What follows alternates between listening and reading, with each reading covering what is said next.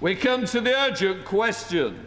Shadow Foreign Secretary Dame Priti Patel. Mr. Speaker, to ask the Secretary of State for FCGO if she would make a statement on the steps she's taking to secure the reopening of the Straits of Hormuz.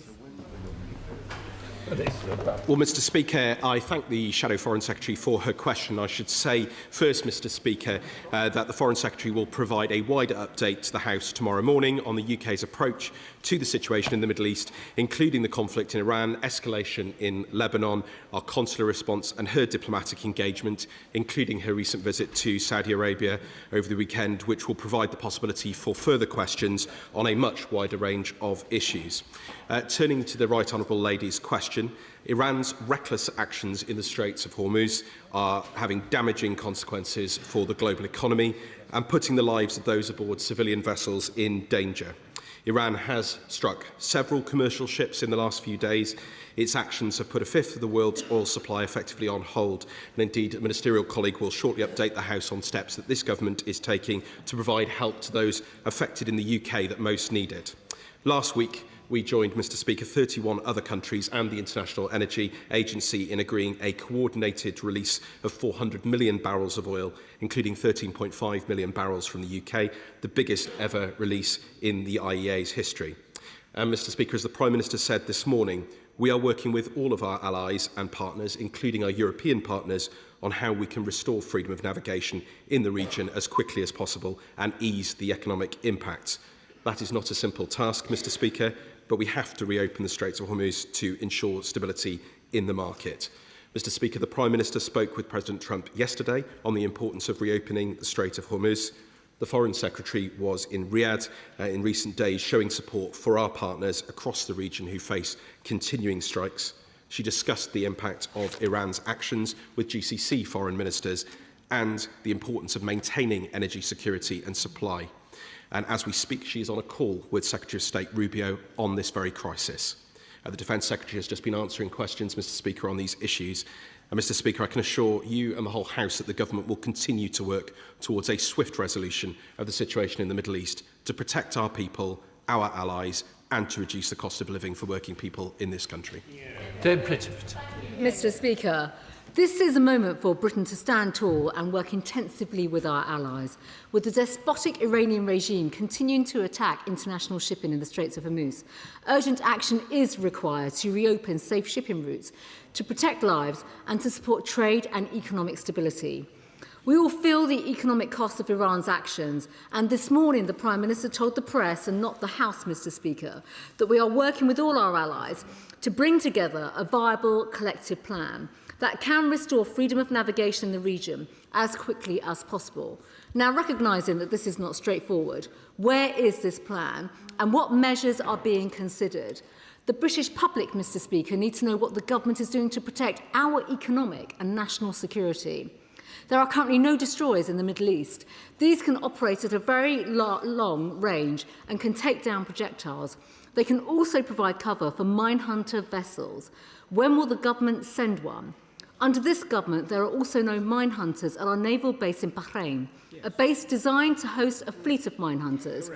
Is the government urgently working to bring minehunters back to Bahrain to strengthen capacity and capabilities at that base and in the region?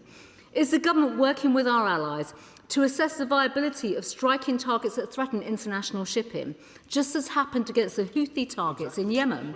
What action is being taken to protect critics of the Iranian regime and journalists from acts of transnational repression from the IRGC?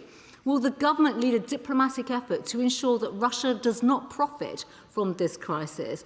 And will the Minister reaffirm that Britain will continue going further in its actions on Russia and oil refineries fueling this war?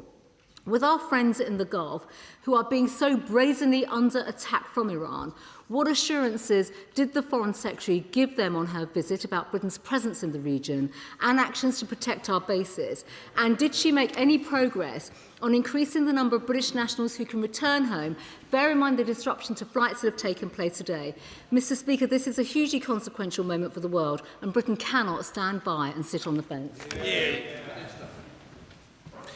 Well, thank you, Mr Speaker. And she asks very important questions, both about the safety of British nationals, our allies and others, and of course the impact economically. And she rightly raises the situation in relation to Russia and Ukraine. And of course we cannot allow this situation to become a bonanza in any way for Putin in his war against Ukraine. And that is why we are absolutely committed, I can assure her, to continuing our economic pressure on Russia. And I spoke to my Ukrainian counterpart just last week to reassure him of that. The Prime Minister set out very clearly, Mr Speaker, that the Straits of Hormuz are vital. They're vital to the international economy and to security. We're in continued conversations with European allies and with the United States.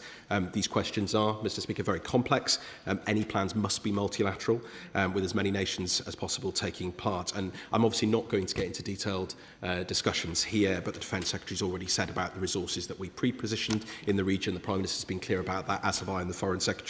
And indeed, there are capabilities such as autonomous mine hunting capabilities and others. But we already, of course, as I said, have been taking substantial actions to support allies and partners. And indeed, the GCC set out very clearly after their meeting with the Foreign Secretary that they thanked the UK for our solidarity with the countries of the GCC and our strong and long-standing commitment to their security, stability and territorial integrity. That was it from the statement issued by the ministers after they met the Foreign Secretary at the weekend. Mr Speaker, we've been very clear about our objectives. Firstly, that is to protect our people in the region.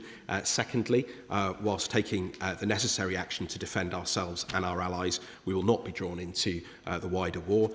We will continue working to a swift resolution that brings security and stability back to the region, but also crucially stops the Iranian threat to its neighbours. We all want to see an end to this war as quickly as possible, because obviously the longer it goes on, the more dangerous the situation becomes and the worse it is for the cost of living back here at home. And that is exactly why the Prime Minister has set out decisive action today on the measures that we are taking to support UK citizens who will be affected with energy prices, and whether that's on the heating oil issue, which a ministerial colleague will be speaking on shortly, whether that's on the energy price cap, whether that's in our continued investment in energy security and capability here in the UK. We cannot allow ourselves to be at the whims of whether it's the Ayatollahs or indeed Vladimir Putin when it comes to our energy security.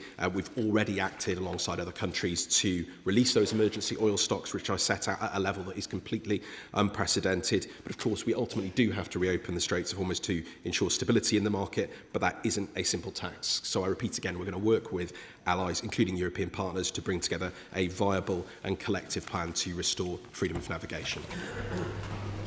Mike Kane. Thank you, Mr Speaker. The Joint Maritime Security Centre has designated the Persian Gulf situation as critical. Nautilus, RMT and the Chamber of Shipping have designated the Straits of Hormuz, the Persian Gulf and the Gulf of Oman as a warlike area way into next month. Protecting the safety of seafarers and UK-flagged vessels is paramount. Will the Minister continue to commit to upholding the International Convention for Safety of Life at Sea? Well, my honourable friend is absolutely right to raise these issues, and the extraordinary, reckless actions that Iran has been taking are not only risking and threatening those international shipping routes, but also the crews serving on board those vessels, I think should be foremost in all of our minds. And indeed, coming from a city with a proud merchant navy tradition, I'm only too aware of the sacrifices across multiple generations. I've been speaking closely with a range of partners, including across the Mediterranean in recent days, with our partners in Malta and Cyprus and Greece and elsewhere. And I know we're working very, very closely through the Department for Transport and other agencies to ensure that safety and security of shipping is maintained and restored.